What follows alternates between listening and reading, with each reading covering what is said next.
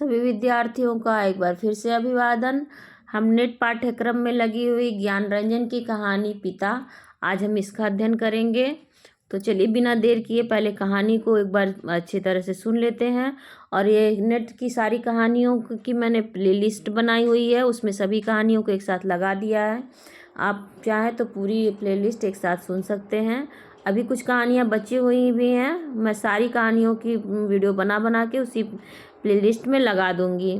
तो चलिए बिना देर किए शुरू करते हैं। अगर आप पहली बार चैनल पर आए हैं तो ज़रूर सब्सक्राइब करिएगा। उसने अपने बिस्तर का अंदाज लेने के लिए मात्र आध पल को बिजली जलाई। बिस्तरे फर्श पर बिछे हुए थे। उसकी स्त्री ने सोते सोते ही बड़बड़ाया, आ गए, और बच्चे की तरह करवट लेकर चुप हो गई। लेट जाने पर उसे एक बड़ी डकार आती मालूम पड़ी, लेकिन उसने डकार ली नहीं। उसे लगा ऐसा करने से उस चुप्पी में खलल पड़ जाएगा जो चारों तरफ भरी है। एक और काफ़ी रात गए, ऐसा होना उचित नहीं है। अभी घनश्याम नगर के मकानों के लंबे सिलसिले के किनारे किनारे सवारी गाड़ी धड़धड़ाती हुई गुजरी। थोड़ी देर तक एक बहुत साफ भागता हुआ शोर होता रहा। सर्दियों में जब यह गाड़ी गुजरती है तब लोग एक प्रहर की खासी नींद ले चुके होते हैं। गर्मियों में 11:30 का कोई विशेष मतलब नहीं होता। यूँ उसके घर में सभी जल्दी सोया करते, जल्दी खाया और जल्दी उठा करते हैं। आज बेहद गर्मी है। रास्ते भर उसे जितने लोग मिले उन सब ने उससे गर्म और बेचैन कर देने वाले मौसम की ही बात की। कपड़ों की फजीयत हो गई, बदहवासी, चिपचिपाहट और थकान है। अभी जब सवारी गाड़ी शोर करती हुई गुजरी तो उसे ऐसा नहीं लगा कि नींद लगते लगते टूट गई हो, जैसे जाड़ों में प्राय लगता है, बल्कि यूँ लगा कि अगर सोने की चेष्टा शुरू नहीं की गई तो सचमुच देर हो जाएगी। उसने जम्हाई ली। पंखे की हवा बहुत गर्म थी। वह पुराना होने की वजह से चिढ़ाती सी आवाज़ भी कर रहा था। उसको लगा दूसरे कमरों में भी लोग शायद उसकी ही तरह जम्हाइयाँ ले रहे होंगे, लेकिन दूसरे कमरों के पंखे पुराने नहीं है। उसने सोचना बंद कर के अन्य कमरों की आहट लेना चाहा। उसे कोई बहुत मासूम सी ध्वनि भी 1-1.5 मिनट तक नहीं सुनाई दी, जो सन्नाटे में काफ़ी तेज होकर आ सकती हो। तभी पिता की चारपाई बाहर चरमराई। वह किसी आहट से उठे होंगे। उन्होंने डांट कर उस बिल्ली का रोना चुप कराया जो शुरू हो गया था। बिल्ली थोड़ी देर चुप रहकर फिर रोने लगी। अब पिता ने डंडे को गज पर कई बार पटका और उस दिशा की तरफ खदेड़ने लगे वाले ढंग से दौड़े जिधर से रोना आ रहा था, और हट हट चिल्लाए। जब वो घूम फिर कर लौट रहा था तो पिता अपना बिस्तर बाहर लगाकर बैठे थे। कनखी से उसने उन्हें अपनी गंजी से पीठ का पसीना रगड़ते हुए देखा और बचता हुआ वह घर के अंदर दाखिल हो गया। उसे लगा कि पिता को गर्मी की वजह से नींद नहीं आ रही, लेकिन उसे इस स्थिति से रोष हुआ। सब लोग पिता से अंदर पंखे के नीचे सोने के लिए कहा करते हैं, पर वह जरा भी नहीं सुनते। हमें क्या भोगे कष्ट। कुछ देर पड़े रहने के बाद वह उठा। उसने उत्सुकतावश खिड़की से झाँका। सड़क की बत्ती छाती पर है। गर्मियों में यह बेहद अखर जाता है। पिता ने कई बार करवटें ली, फिर शायद चैन की उम्मीद में पाटी पर बैठा पंखा झलने लगे। पंखे की डंडी से पीठ का वह हिस्सा खुजाते जहां हाथ की उंगलियां दिक्कत से पहुंचती हैं। आकाश और दरख्तों की तरफ देखते हैं। रिलीफ पाने की किसी बहुत हल्की उम्मीद में शिकायत उगलते हैं। बड़ी भयंकर गर्मी, एक पत्ता भी नहीं डोलता। उनका यह वाक्य जो नितांत व्यर्थ है, अभी अभी बीते क्षण में डूब गया। गर्मी बरकरार है और रहेगी, क्योंकि यह जाड़े बरसात का मौसम नहीं है।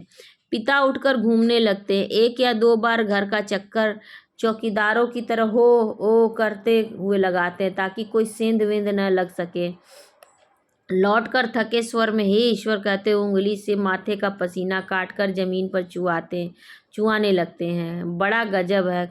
कमरे की एक दीवार से टिककर बैठ जाने पर वो काफ़ी तनाव में सोचने लगा। अंदर कमरों में पंखों के नीचे घर के सभी दूसरे लोग आराम से पसरे हैं। इस साल जो नया पेडस्टल खरीदा गया है वह आंगन में दादी अम्मा के लिए लगता है।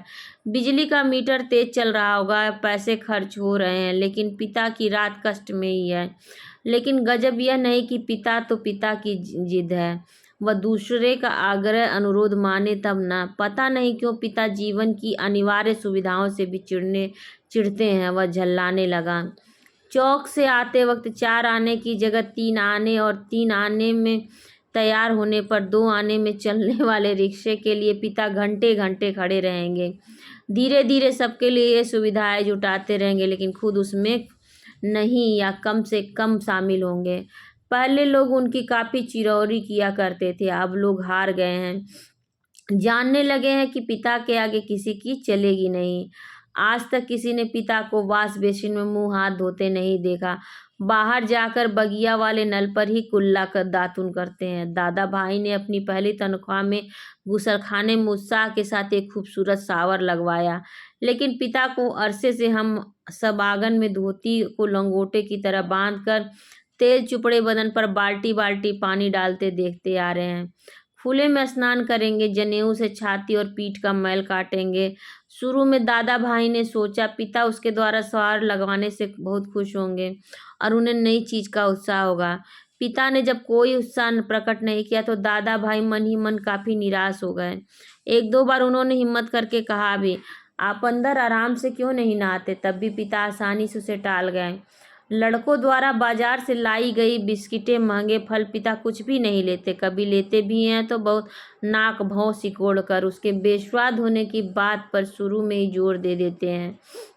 अपनी अमावट, गजक और दाल रोटी के अलावा दूसरों द्वारा लाई गई चीज़ों की श्रेष्ठता से वह कभी प्रभावित नहीं होते। वह अपना हाथ पांव जानते हैं, अपना अर्जन, और उसी में उन्हें संतोष है। वे पुत्र जो पिता के लिए कुल्लू का सेब मांगने और दिल्ली एम्पोरियम से बढ़िया धोतियां मंगाकर उन्हें पहनाने का उत्साह रखते थे, अब तेजी से पिता विरोधी होते जा रहे हैं।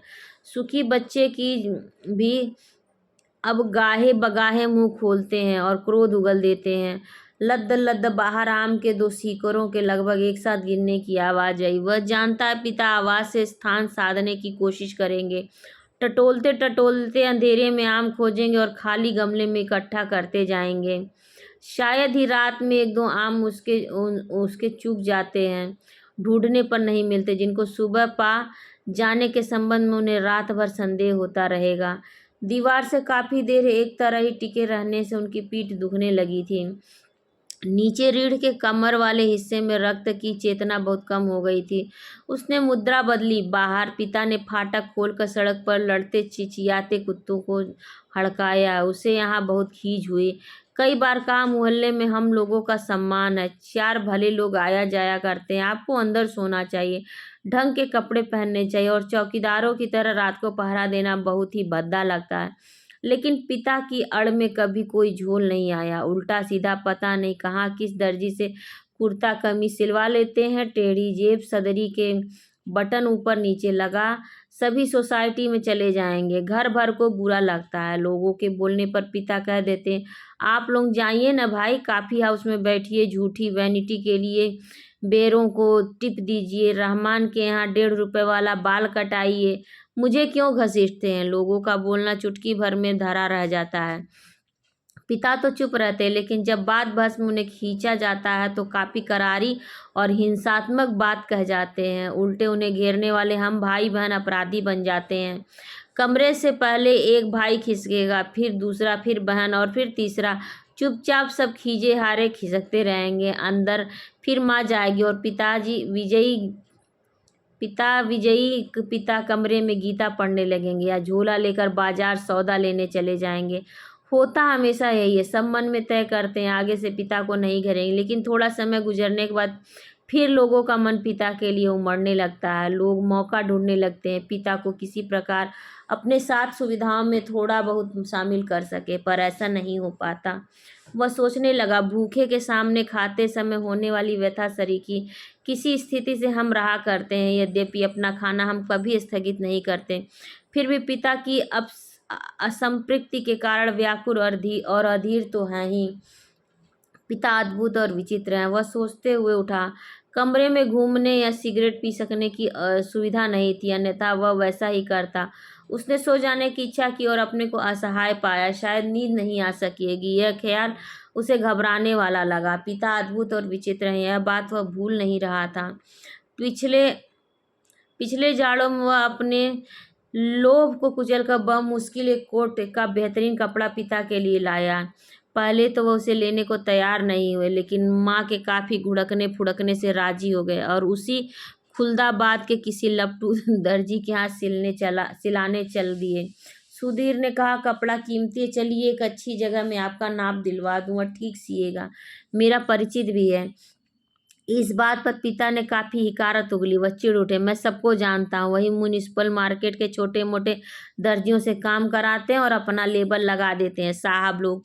मैंने कलकत्ते के हाल एंडरसन के सिले कोट पहने हैं अपने ज़माने में, यहाँ जिनके यहाँ अच्छे खासे यूरोपियन लोग कपड़े सिलवाते थे। ये फैशन वैशन जिसके आगे आप लोग चक्कर लगाया करते हैं, उसके आगे पाँव की धूल है। मुझे व्यर्थ पैसा नहीं खर्च करना है। कितना परस्पर विरोधी तर्क किया पिता ने।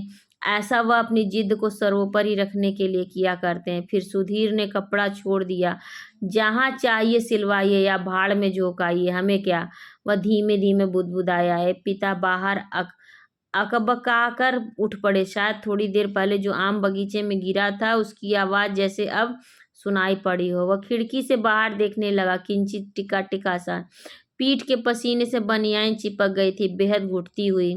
गर्मी मन उसका माथा जाता था। बीवी पड़ी आराम से सो रही है, इसे कुछ पता नहीं, शायद पिता की खाट खाली थी। वह गिरा आम टटोलने के लिए बगिया में घुसे होंगे। पिता कितने विचित्र हैं। लंबे समय से वह केवल 2 ही ग्रंथ पढ़ते आ रहे हैं, यंत्रवत नियमवत, रामायण और गीता। लंबे 35 वर्षों तक अखंड केवल रामायण और गीता। उसके पहले युवा काल में जो कुछ जितना कुछ पढ़ा हो उन्होंने, उसे कभी भयावह, कभी सम्मानजनक और कभी झूठ लगता है। यह देख सोचकर कि कोई व्यक्ति केवल 2 पुस्तकों में जिंदगी के 35 वर्ष काट सकता है और कैसे काट लेता है। तभी उनका बच्चा कुनमुना कर रोने लगा। उसने तपाक से खिड़की छोड़ी, अपने बिस्तर पर झूठ मूठ सो गया। ऐसा ना हो कि देवा बच्चे के रोने से उठ पड़े और उसे संदिग्धावस्था में देख बहुत से बेकार प्रश्नों द्वारा हलकान करना शुरू कर दे।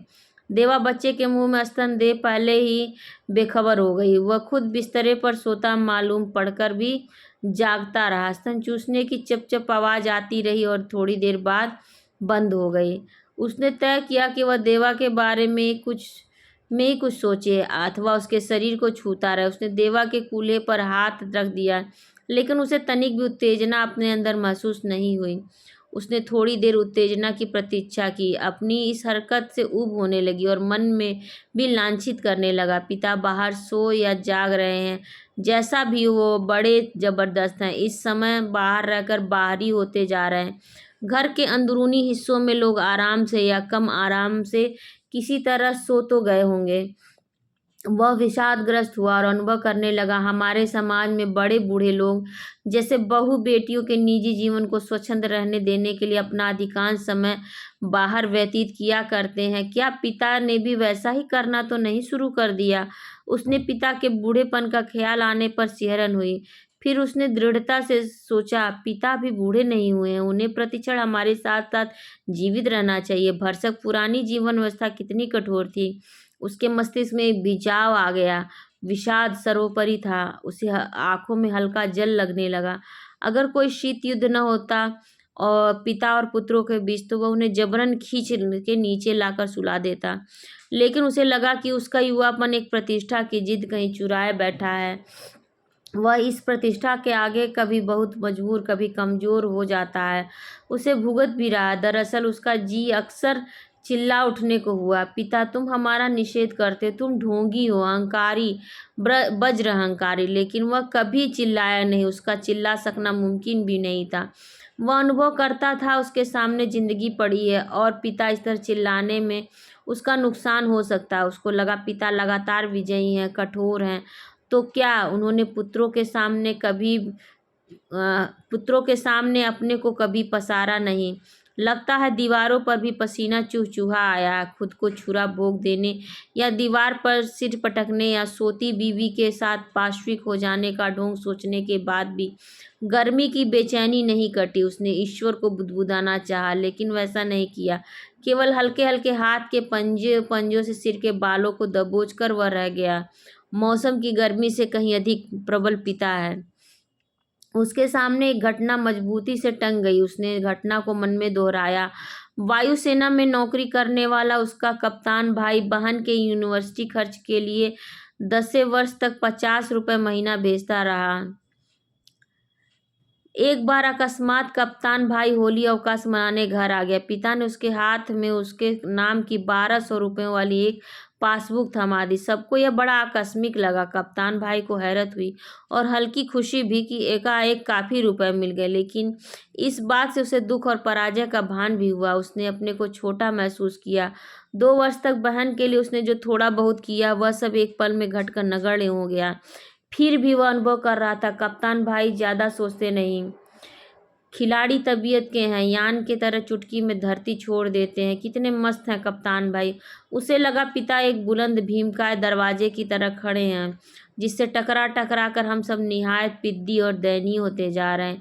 इस घटना को याद करके और पिता के प्रति खिन्न हो जाने पर भी उसने चाहा कि वह खिड़की से पिता को अंदर आकर सो रहने के लिए आग्रहपूर्वक कहे, लेकिन वह ऐसा नहीं कर सका। वह असंतोष और सहानुभूति दोनों के बीच असंतुलित भटकता रहा।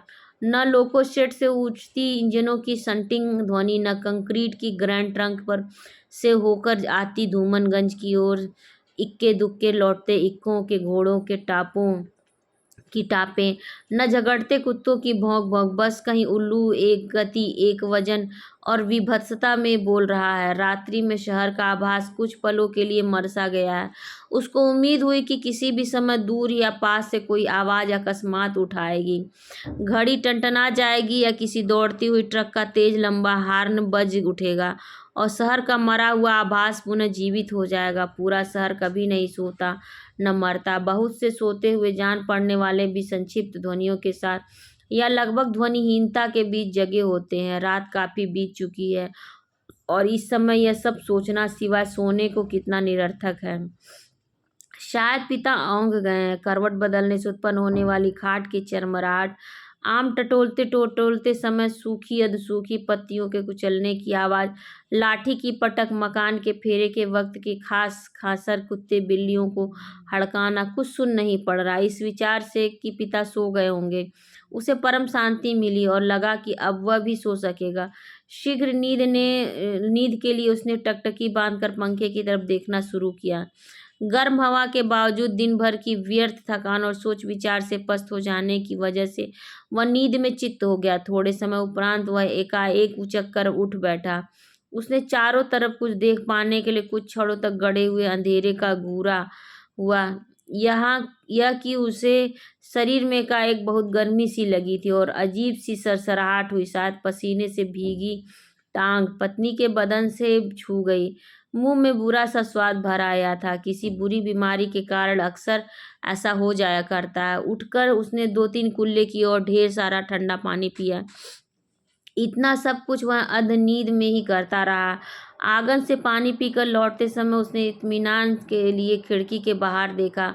अब तक नींद जो थोड़ी बहुत थी काफूर हो गई। पिता सो नहीं गए हैं अथवा कुछ सोकर पुनः जगे हुए हैं, पता नहीं।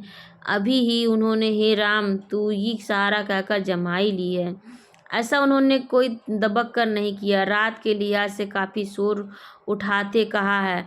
शायद उन्हें इत्मीनान है घर में सभी लोग निश्चिंत रूप से सो रहे हैं। पिता ने अपना बिस्तर गोल मरोड़ कर खाट के एक सिरे पर कर लिया है और वहीं सुराही से प्याले में पानी ले लेकर अपनी खटिया की बांध तर कर रहे हैं।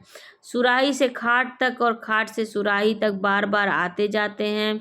बहुत बार ऐसा करने पर खाट का बांध तर हुआ है। इसके बाद उन्होंने पानी पिया और पुनः बड़ी आवाज़दार जमाई के साथ लिपटे हुए बिस्तरे का सिरहाना बना निखरी खटिया पर लेट गए। तड़का होने में पता नहीं कितनी देर थी। थोड़ी देर बाद पंखा जमीन पर गिराकर उनका दायां हाथ खटिया की पाटी से झूलने लगा। चारों तरफ धूमिल चांदनी फैलने लगी। सुबह जो दूर है भ्रम के पश्चिम से पूर्व की ओर कौवे काँव काँव करते उड़े। वह खिड़की से हटकर बिस्तरे पर आया। अंदर हवा वैसी ही लू की तरह गर्म है। दूसरे कमरे स्तब्ध हैं। पता नहीं बाहर भी उमस और बेचैनी होगी। वह जागते हुए सोचने लगा, पिता निश्चित रूप से सो गए हैं शायद। तो ये कहानी ख़त्म होती है ज्ञान रंजन की पिता। आप लोगों को इससे संबंधित कोई प्रश्न पूछना हो या मन में कोई भी प्रश्न हो हिंदी साहित्य से संबंधित तो आप पूछ सकते हैं। और पहली बार चैनल पर आए हैं तो ज़रूर सब्सक्राइब कर लीजिए, इसे अपने एजुकेशनल ग्रुप में ज़रूर शेयर करिए और लाइक शेयर कमेंट करना ना भूलिए। अब मेरे टेलीग्राम से भी आप जुड़ जाइए, वहाँ भी आप मुझसे डायरेक्ट प्रश्न पूछ सकते हैं। और आप सभी का मुझसे जुड़ने के लिए बहुत बहुत धन्यवाद।